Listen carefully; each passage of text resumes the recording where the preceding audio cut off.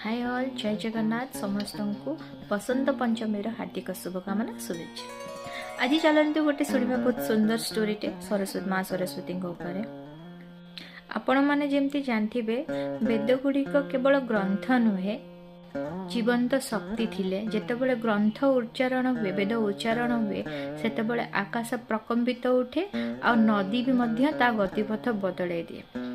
देवता माने सेई ग्रंथरु ही ज्ञान लाभ करथांती।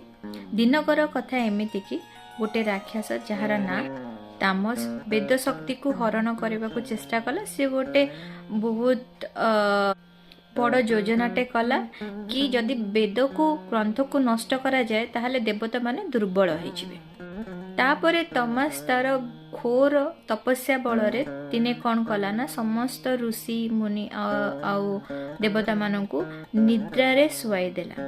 जेतेबेले समस्ते सोई पड़िले माने देवी देवदेवता आउ ऋषि मुनि ऋषि माने से कौन कला ना से वेद को चोरी करी नहीं गोटे गभीर समुद्र रे अंधार भितरे ताकू लुचे माया जाल रे ताकू लुचेई रखिला। तापर जेतेबेले समस्त निद भंग हुए तो समस्ते देखंती कि मुनि ऋषि माने मंत्र भूली गले, ध्यान रे बसी पारिले नाही आउ सृष्टि धीरे धीरे अस्थिर हबारे लागिला। तापरे ब्रह्मदेव सरस्वती को ध्यान कले आउ तांकू माने ध्यान रे मग्न होइके तांकू डाकिले। जेतेबेले सरस्वती को ध्यान करे कहंती कि माँ आपणको ज्ञान बिना सृष्टि अंधार। देवी सरस्वती ब्रह्मा को वार्ता शुणती। तापरे देवी सरस्वती तांकर ध्यान रे बसंती और तांको चक्षु बंद करी से बीणा रे गोटे स्वर उत्पन्न करती। से स्वरटी होची ओम स्वर। सेई ओम स्वर एते ओम स्वर रे समुद्र दुई भाग होई धीरे धीरे से भितरु ग्रंथ गुड़िक आलोकित होई ऊपर को उठिबारे लागिले।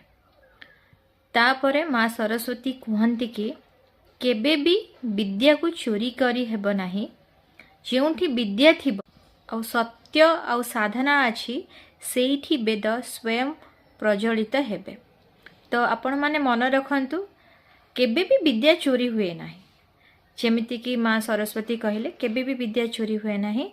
तो जदि आपण ठीक थिबे निहाती आपण मानकु विद्या मिलिबो। तो रहिली, जय जगन्नाथ।